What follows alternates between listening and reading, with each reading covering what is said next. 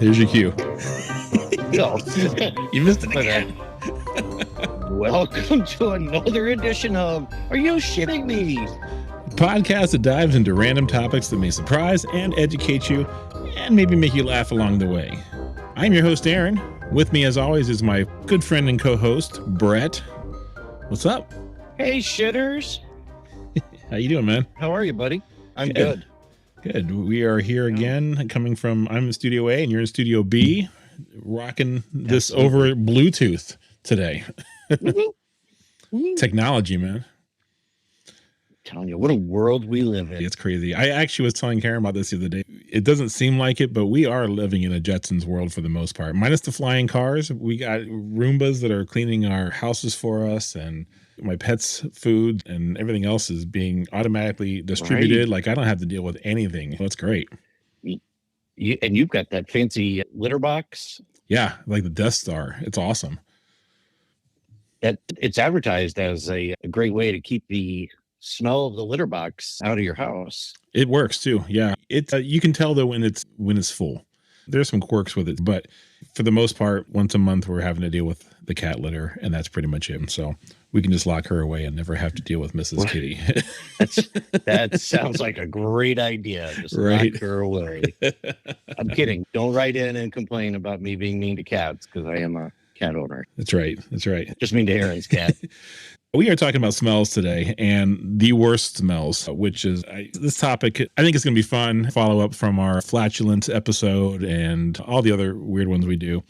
But to anyone who's been listening and paying attention, we try to pair a beer to each episode, and trying to find a beer that has the word smell in it that is locally available that we can buy is a bigger task than one might think. What we're going to be drinking here today is from Mikerphone Brewing Company out of Elk Grove Village, Illinois. It's called Imperial Smells Like Bean Spirit Vanilla. It's an Imperial breakfast stout with Vermont maple syrup, tugboat coffee, and vanilla. It's 10.5% ABV. Crack it open here. God, this can is huge. And pouring it looks like I'm pouring oil into this glass. It is so dark. I can't see shit through it. No, it is definitely dark. Wow, you smell the coffee in that right away. See, the first thing I smelled was maple. Actually, yep. Now my second smell was maple. Yeah. My first punch was coffee, then it went right to maple there. Yeah. It smells really good. Now I get a strong coffee taste on the tongue. Yeah. I get the vanilla, but it's nice vanilla. Man, that's mellow. Yeah. For me, it's like a vanilla aftertaste. The first taste I get is coffee, followed by vanilla. A lot of times when you get vanilla, vanilla is such a hard ingredient to add to a beer correctly. Kind of like a lot of fruits. I think raspberry and blueberry even the same way, because you mess it up and it's almost sour. Yeah. And vanilla, if you leave it in too long, I made this mistake many times when I brewed it. It was disgusting. It made it taste so bad I had to just dump it out because I didn't like it. Yeah. This is nice and smooth. This has got a 4.3 rating on Untapped. Okay. But only 3,500 ratings. Not a whole lot of reviews, but not bad. I dig it. Yeah. I don't get a lot of maple taste. Do you? Anywhere? No. I mean, if I got in the smell, right away I got the smell. Yeah. No, it's hard for me to distinguish between the maple and the vanilla on the nose. Yeah. So worst smells. This was an interesting one to do some research on as well. I guess let's just start right off from the top. How is your sense of smell? Do you feel like you have a pretty keen sense of smell, or? I do not have a good sense of smell. I've got allergies all year long. Mine's pretty locked in. I will say that I have a pretty good sense of smell. Maybe it's just my ginger power coming through. I can only imagine. I get all the smells. Good, bad, and the ugly. Look at you bragging. That's right. I did find out the sense of smell is part of the chemosensory system. Oh. And it comes from specialized sensory cells and neurons, which are directly connected to your brain. Oh. So, I actually didn't look into that, like the science behind it. I knew that I did see something like that. Things that are where their molecules are more spread apart, it puts off a more punchy or pungent smell versus molecules that are tighter together. But I don't know if that's true with everything. Perfume is a good example. You can smell a drop of perfume from across the room, but you can't smell like a drop of blood from across the room. I cannot. You're right. I cannot. But sharks can. They certainly can from miles away.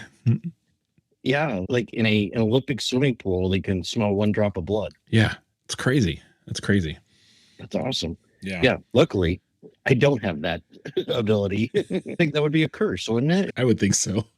I could smell a fart from across the room. Yeah. You smell. Yeah. So I'll ask you, as we get into the smelling, what's your favorite childhood smell that when you smell it now as an adult, it brings back a memory or a flash of something? Oh, wow. Or do you have one? I do, actually. And it's like a really hard, heavy rain. When I lived in the Philippines, it would rain quite a bit, like a summer day kind of rain. That's probably it. When I lived in the Philippines, it would rain all the time, especially during the monsoon season.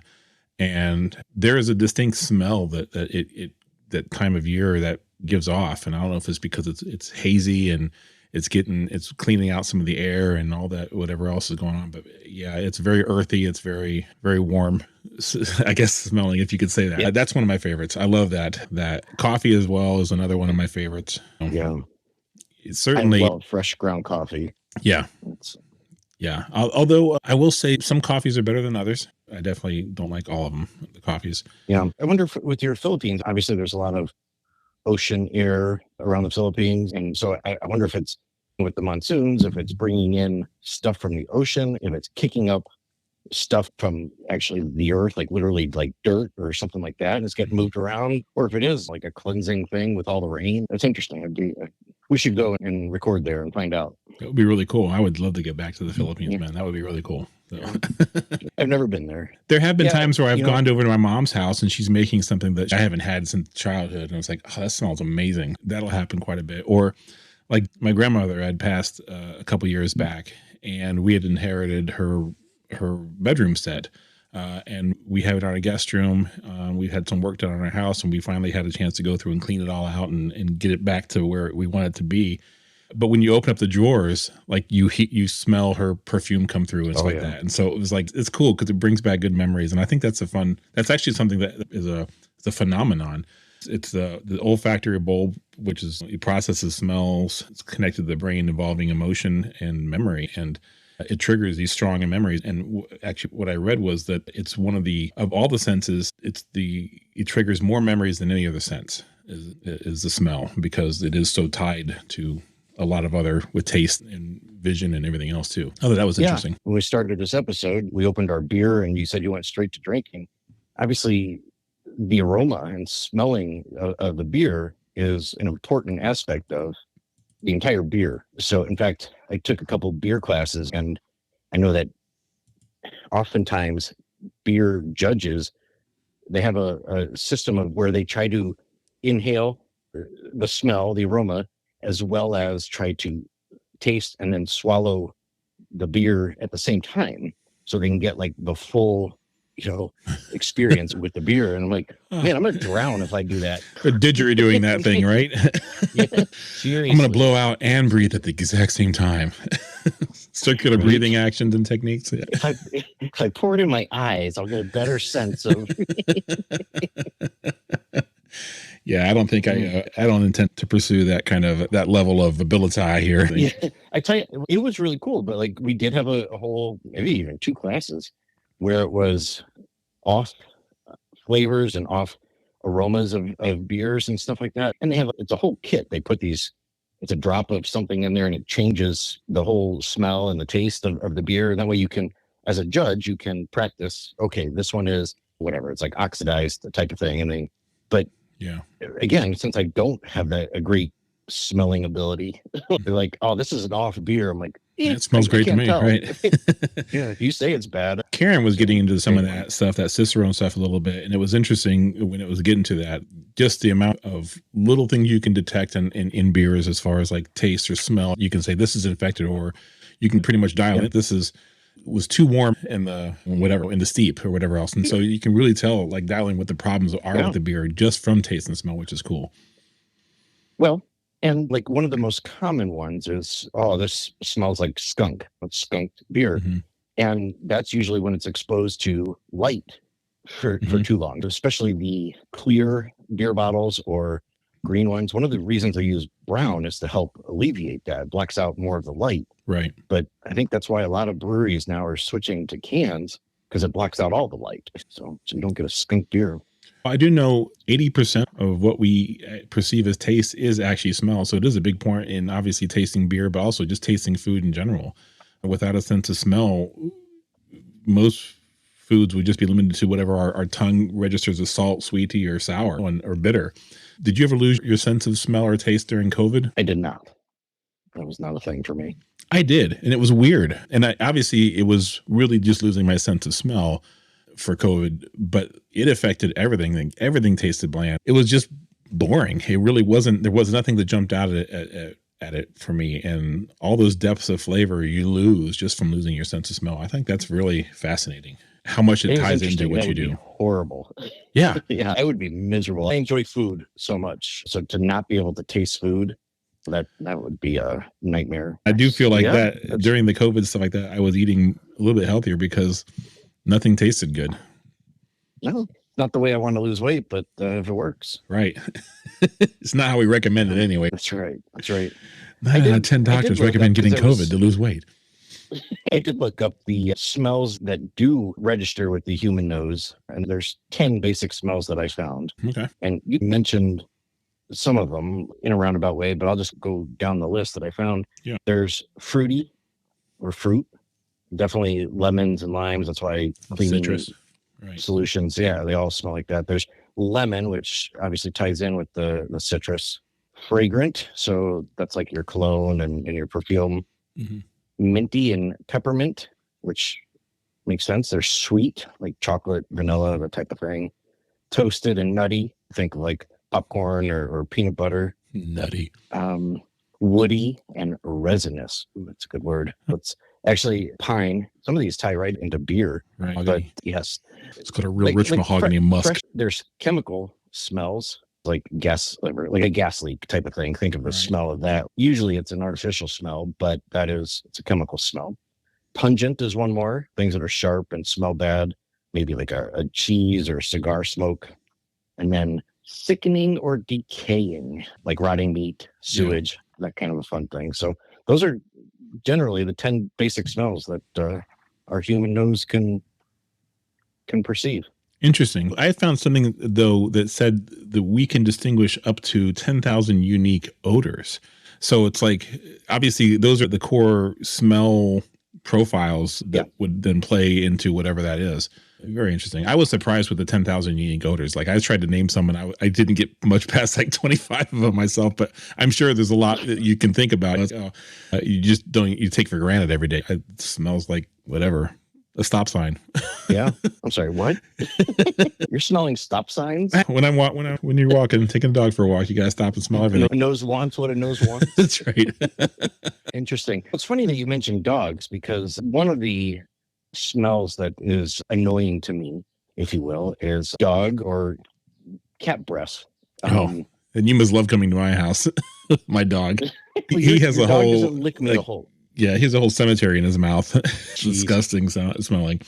As previously discussed, Katy Perry is not coming up and breathing on me. Yeah. I never smell her breath, but I did find some interesting causes for bad dog breath, which I'll share with you.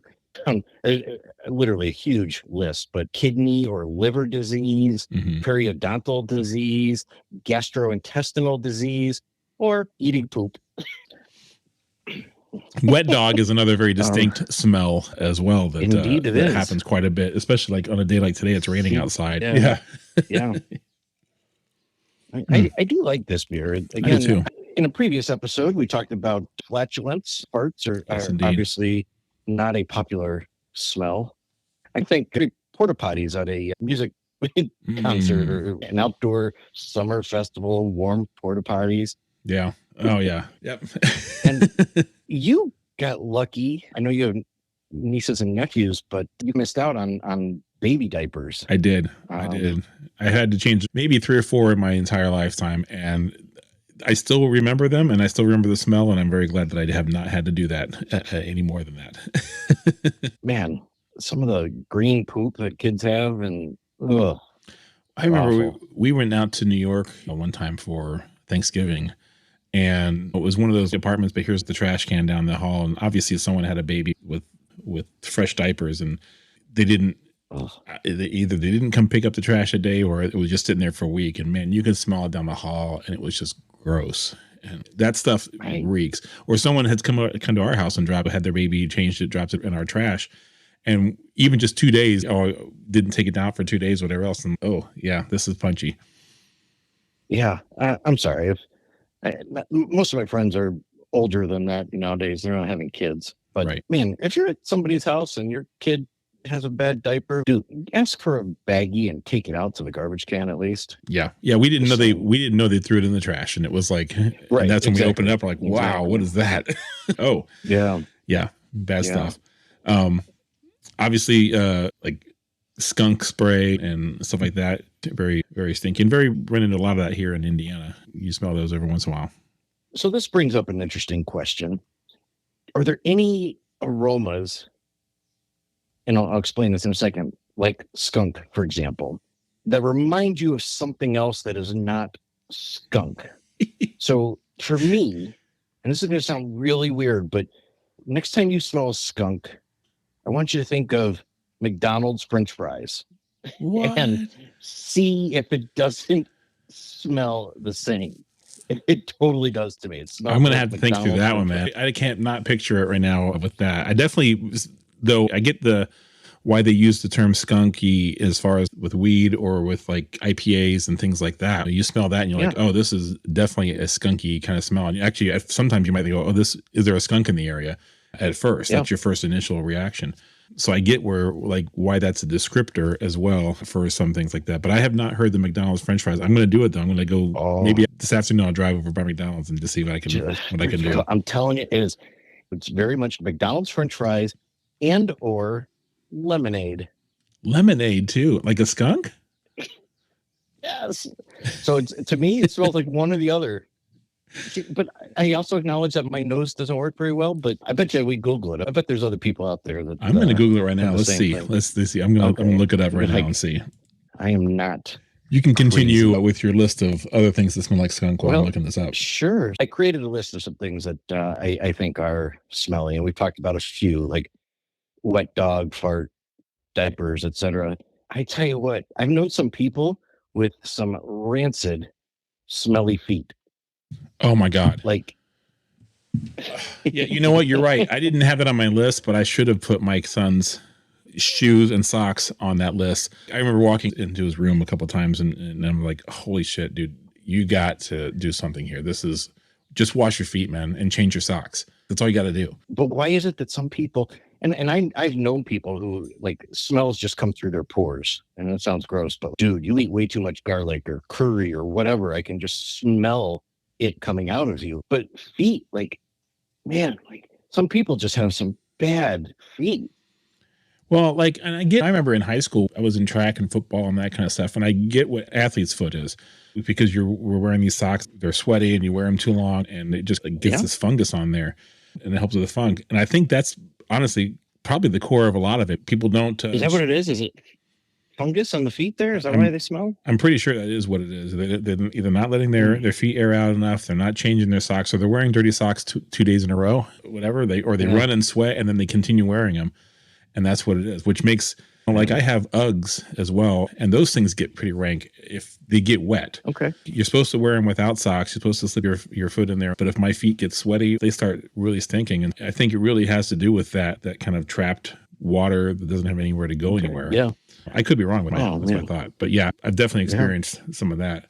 So sulfur is obviously a smell that it's a very distinct smell. You smell that out when you're driving or whatever, and it's either somebody farted or those rotten eggs. Around. Exactly. Yeah.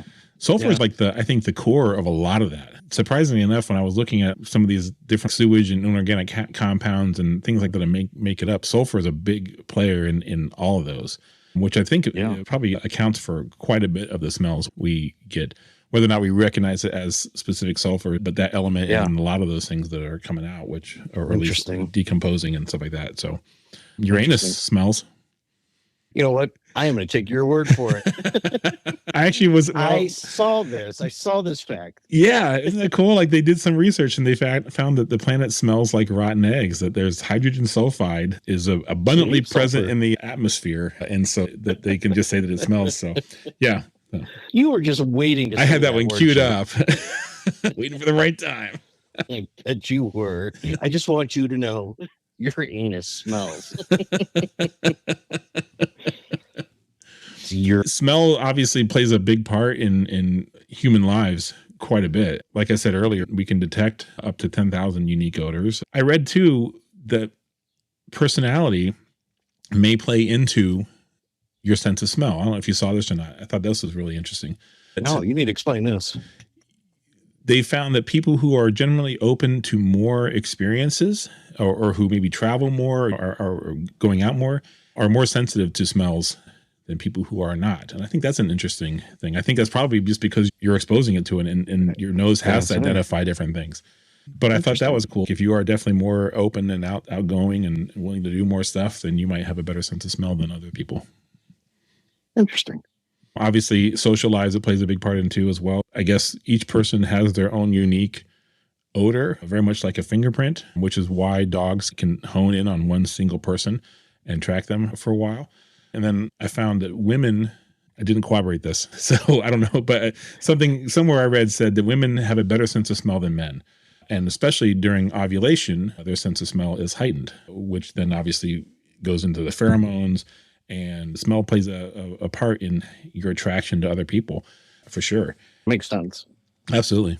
But it plays quite a bit of a role in what we do in our social lives, and I think we take it for granted more than not.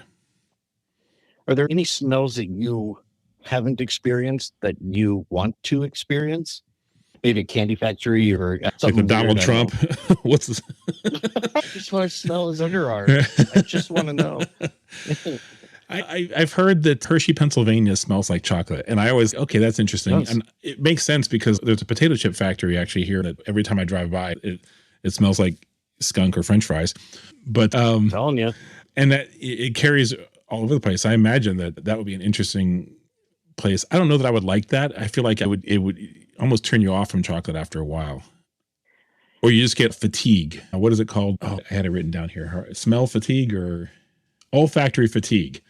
Continued exposure to smells can lead to olfactory fatigue. You've seen this. Like you walk into someone's house and it's obviously it smells like cat or whatever else, but they don't notice it because they just used to it now.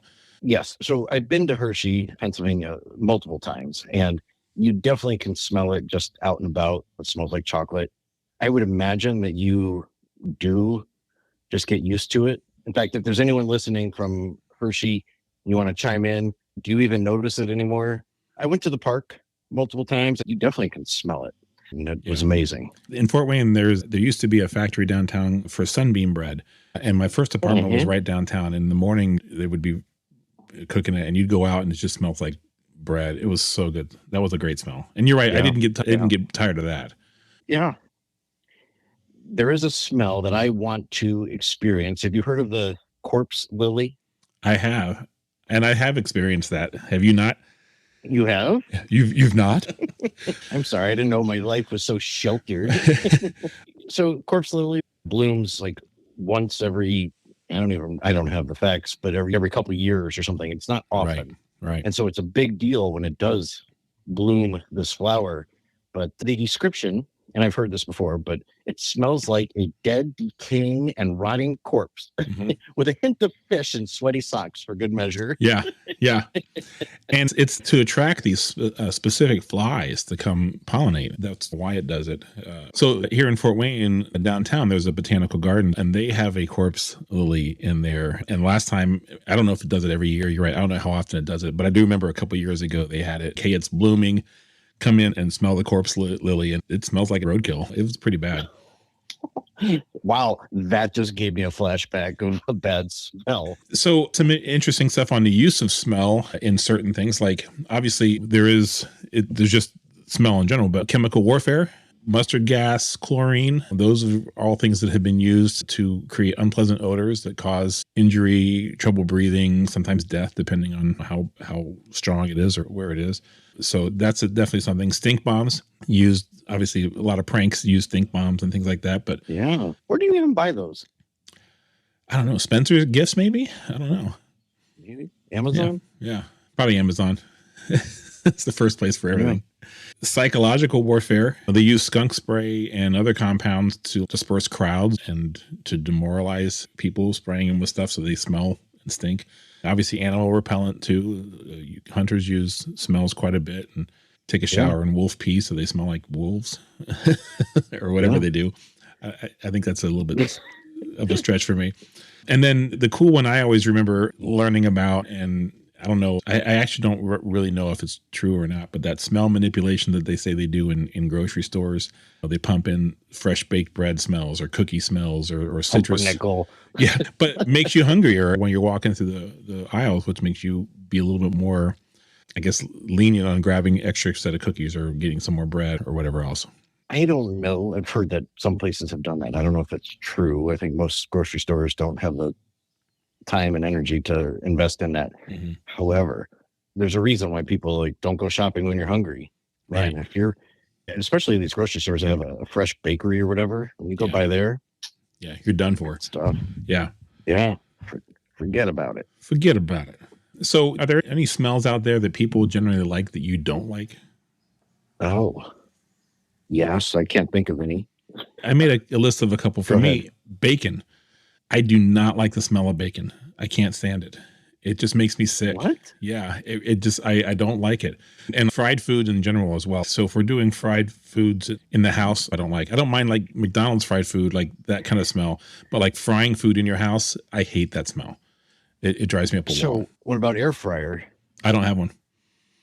I don't like it. Yeah. Geez, you're missing out. Yeah. No, I just don't like the smell of it. Air fryer, to me, it doesn't smell like it. You just get the end result of crispiness on the food and stuff like that. Yeah. Ooh, next time you're up, we'll try it. I got an air fryer. We'll do some stuff in there. And there you go.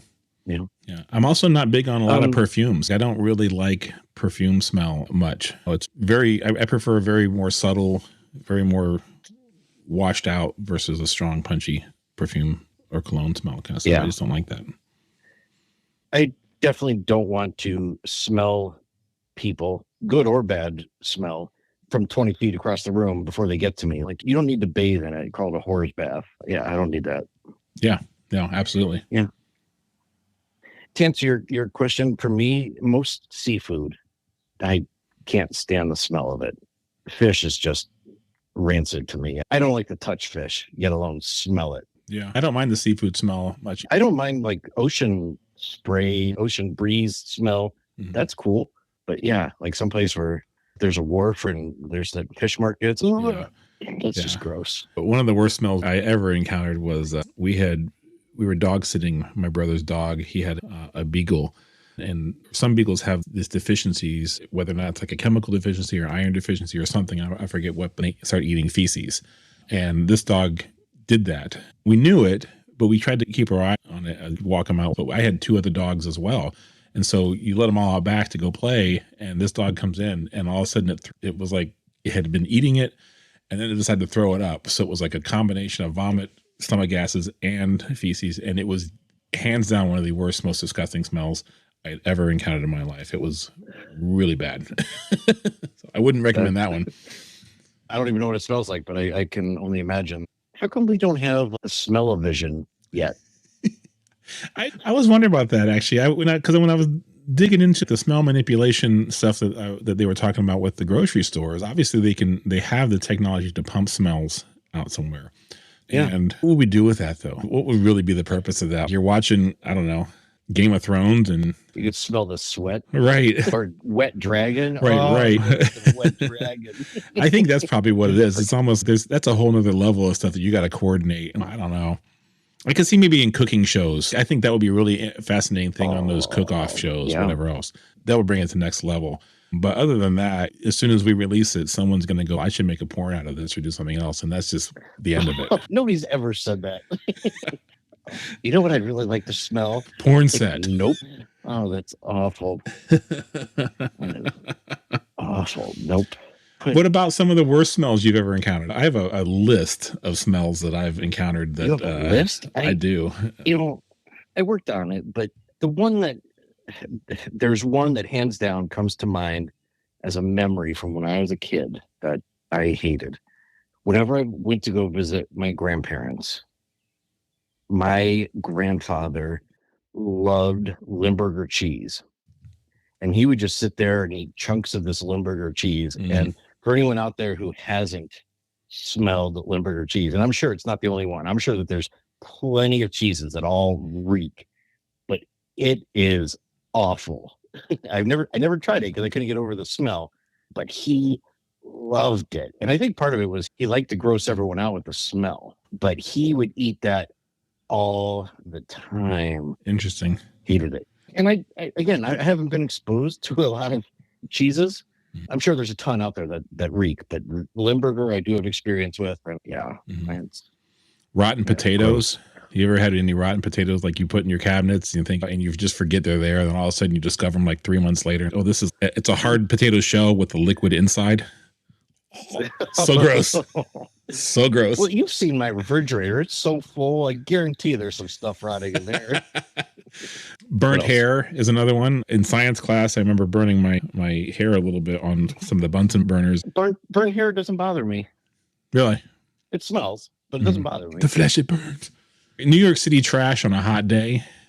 Like you walking down some of the streets and it's like middle of August and it's been a couple, like trash is coming the next day and all the stuff is out and you cannot help but experience some smells there. Dude, I can remember when I lived in New York, I went downtown Manhattan one day, took the bus in, and it dropped us off like right by Empire State Building.